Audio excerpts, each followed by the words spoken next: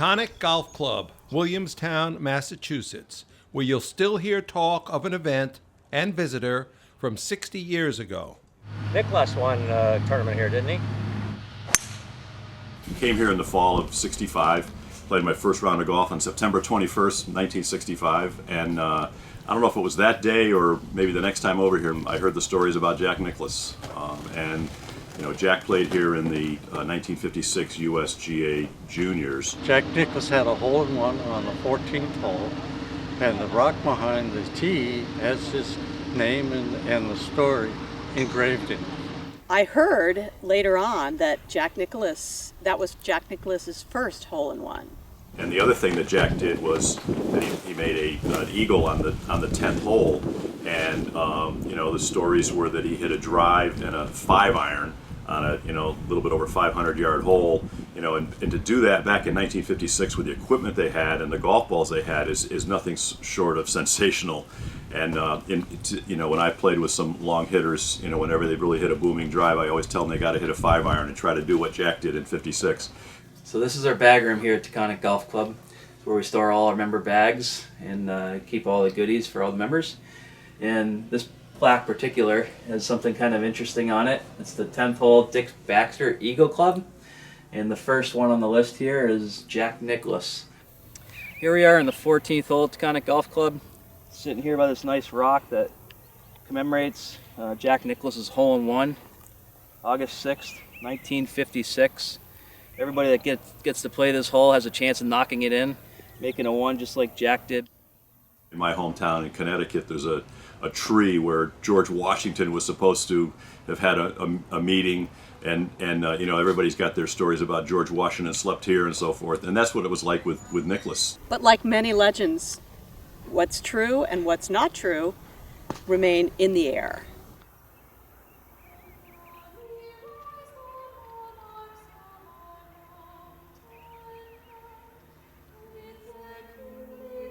The founding of the golf course at Williams College does sound like legend, if not myth. 3 tomato cans planted in a playing field in 1896, then 7 holes on an adjoining pasture, then 9 holes. Yearly dues, $20. A first clubhouse in the home of a local violin maker. Cows help the groundskeeper by munching the grass. In the Roaring '20s, a fund drive raises $52,000 to buy land for a full 18. Dick Baxter, a Scottish pro, oversees the course architects, the club, and a fledgling golf team. Baxter also becomes Taconic's Johnny Appleseed, planting evergreens, Dutch elms, white birches, and willows. By the 1950s, 100 original trees had become 10,000 at a golf course that adopted a Latin motto offering Ovid's prudent advice: you will be safest in the middle. Taconic had a sense of humor as well. The course was ready for its national spotlight, helped by a former Williams golfer, John English, an official of the United States Golf Association. The organization's junior championship had been launched less than a decade earlier after World War II to give golfers under 18 their version of the U.S. Amateur and U.S. Open. In 1956, more than 1,000 entered qualifying tournaments around the country, seeking 128 coveted spots in Williamstown. My name is Steve Smith, and I qualified for the 1956 USGA Junior Championship in Wisconsin. I was 17 at that point, but I wasn't driving very much. I certainly didn't have my own car, so my mom drove my brother and I all the way out from Green Bay to Williamstown. And I found the Taconic Golf Club to be very pretty. I remember all those stately pine trees, the ones with the boughs that are almost down at ground level, not ones that you'd like to get your ball anywhere near. A real-life Kentucky colonel checked them in at the first tee. Dick Baxter offered tips. So did a golfing legend. Pint-sized Gene Sarazen, known as the Squire, gave a clinic in his trademark plus fours. He had all kinds of shots, and they were amazing. You could hit him left, right, whatever you wanted, especially with the clubs we had in those days. And then he went into a bunker and started knocking those out, and I mean, everything he hit out was within 5 feet. And it was oohs and ahs from us, and then at the end, the very last thing, he said, okay, this is a shot you all got to learn. Put a ball down in the bunker and stepped on it, buried it, and then took that wedge and knocked it out about 2 feet from the hole, and that was the end of the exhibition, and everybody went crazy. For Steve Smith, the most lasting memory is of a fellow competitor. I'm around the putting green and I see this guy coming down the steps. He was wearing shorts, and as soon as I looked at him, I said, that's Nicklaus. His legs looked like tree stumps. I remember him as a 15-year-old. In the national JCs, I used to have a driving contest. So we went up and we all hit ours, and here he came lumbering down, and he teed up the ball, and when he hit it, it sounded different than everybody else's. Raised in Columbus, Ohio, he was the son of a pharmacist successful enough to join Scioto Country Club. Charlie Nicklaus later shared his tips for raising a golf prodigy who also showed promise as a speedy basketball guard and football quarterback. At age 10, start him with 10 lessons. Let him overswing. Don't worry about control. Do not force him to practice. Let him play against the pros as soon as possible. So it was that his boy had crushed a field of pros just weeks before the junior championship at Taconic, shooting a 64 while winning the Ohio State Open. The thought of playing against somebody like Jack Nicklaus and beating him, that never entered my mind. We had pretty much conceded he was going to win the tournament. And of course, having had the hole-in-one out here on the par 3 just added to his legacy. Young Nicklaus needed only an 8-iron on the 175-yard hole. Yet 3 other competitors would score aces at Taconic. Not all were ready to concede. The field included Frank Beard from Louisville, Dudley Wysong from Texas, and Billy Martindale from Florida, all of whom would later hold their own on the PGA Tour. So would Jack Rule Jr. From Waterloo, Iowa, he was the son of a gas station owner, and he considered it a plus to have grown up on a modest public course in the heartland. Rule explained why to a true child of Taconic, Jim Goff, the son of Rudy Goff, the pro who succeeded Dick Baxter. They spoke at Denver's historic Cherry Hills Country Club. My parents had gotten a divorce, and my mother, who had to work, she worked in odd hours, so the golf course became my second home.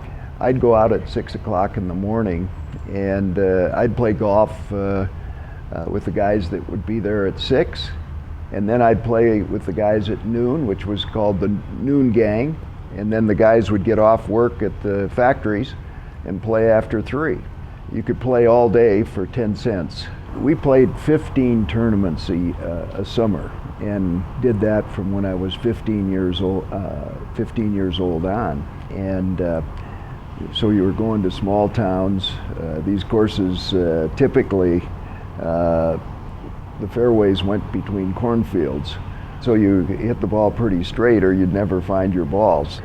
Another thing, we were used to making a lot of birdies at Burns Park, and because of that, you didn't put the lid on yourself quite to the extent that sometimes you get 2 or 3 under and you're kind of worried about it.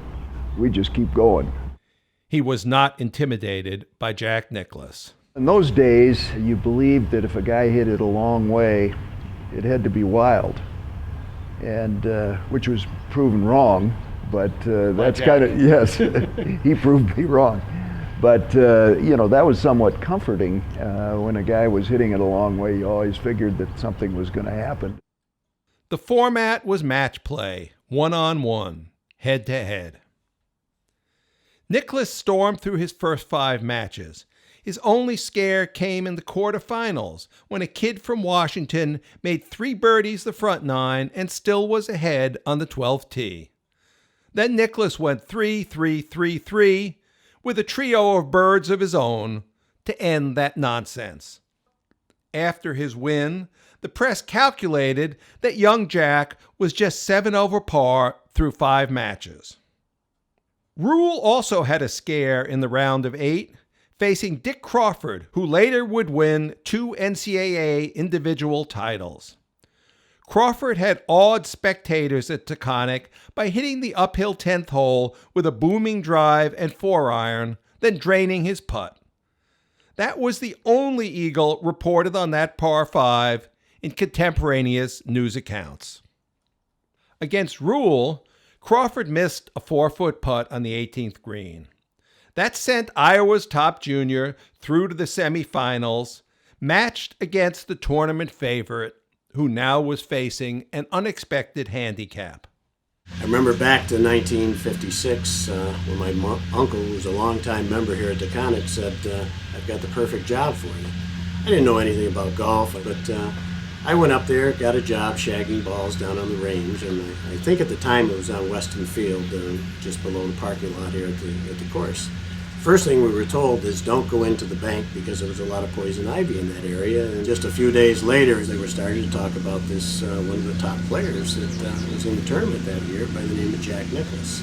And he was walking in a very strange manner, and they were talking about it. And I said, Chief, what's wrong with that? And he says, well, he said he made the mistake of going into a poison ivy patch when he had some shorts on and he was down on the range. And it started in the lower thigh area, and within a couple of days, it had worked its way right up his legs, and it was a painful situation. You could see it. One spectator said Nicklaus looked like a spotted calf with those patches of calamine lotion on his face, arms, and legs. Yet the nasty rash didn't seem to hurt his play in the match of the tournament. The 2 teenage Jacks rarely strayed from par and were deadlocked when they climbed up onto the 18th tee. Decades later, Rule has a vivid memory of but one shot from that showdown, and it wasn't his own. We came to the final hole all even, and it's a par 5, which was a hole that I think Jack could reach and I couldn't. Today, the world knows him as one of the most mentally tough players the game has ever seen. But when asked before that match if he was as calm as he seemed, 16-year-old Jack Nicklaus confessed, "I go to bed, but I don't sleep." The 1956 accounts said it was Nicklaus's final drive that rocketed left, and that Rule won the 18th with a birdie. But as Rule recalls it, Nicklaus's second shot was the one that hooked up against the out-of-bounds fence. And he didn't even need a birdie to become what the press called a giant killer. He had to chip out, and that was ball game.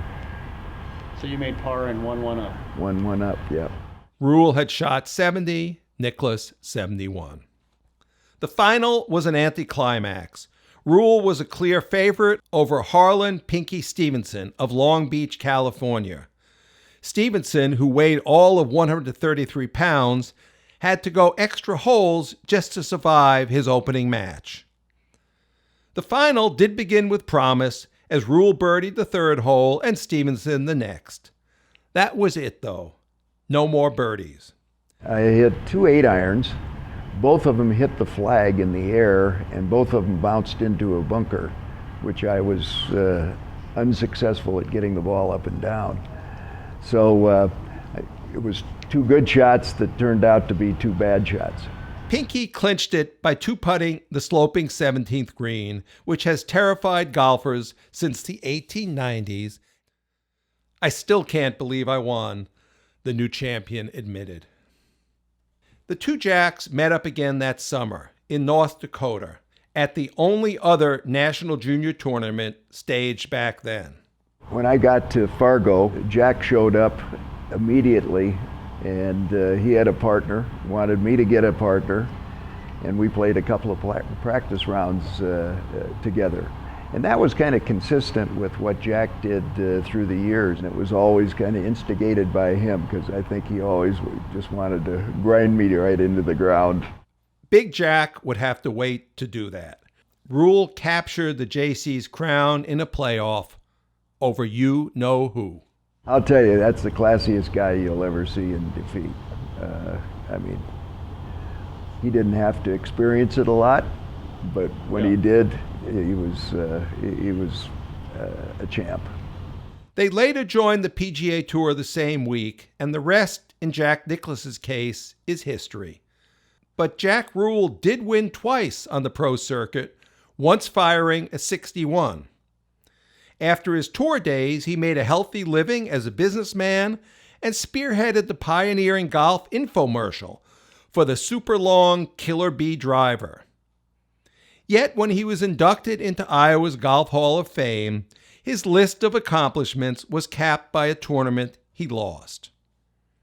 You know, what's amazing to me is that after having played amateur golf, having won a number of times, having won on the tour, the only thing I'm remembered for is beating Jack Nicklaus in the junior at Taconic. As for that Nicklaus kid, the years have left him with one gleaming memory of his restless week in Williamstown that ended with a nasty bout of poison ivy and an ill-fated hook against a fence. He recalls making a hole-in-one, absolutely, but he can only guess now what club he used. He might have remembered it if it had been his first ace, but he'd made one of those at his home course in Columbus 2 years before, at age 14. As for his celebrated eagle on Taconic's 10th hole, as a great movie once said of the Old West, when the legend becomes fact, print the legend. Someday we may lure him back to see how his legend has endured at this golfing Eden created atop a barren pasture. Taconic Golf Club went on to host 5 other national championships, along with a slew of Massachusetts amateurs, the latest this very summer. None is memorialized like that first championship 60 years past. After Jack had made the hole-in-one back in 1956, that they put a rock up, and we as caddies took great pride in it, and telling the people that we were carrying bags for about Jack Nicklaus and how great he was at that time, and of course we embellished most of the stories. But a few years later, someone decided that they were going to put on the rock Me Too, and they put that individual put their name on the rock. Over the course of the next 5 years, because that's what it took us, each one of us, when we came to that rock, we would start chipping away at it with our clubs. And before long, that name no longer is on that rock. We felt as though that rock was sacred, and Jack Nicklaus coming here was sacred to us.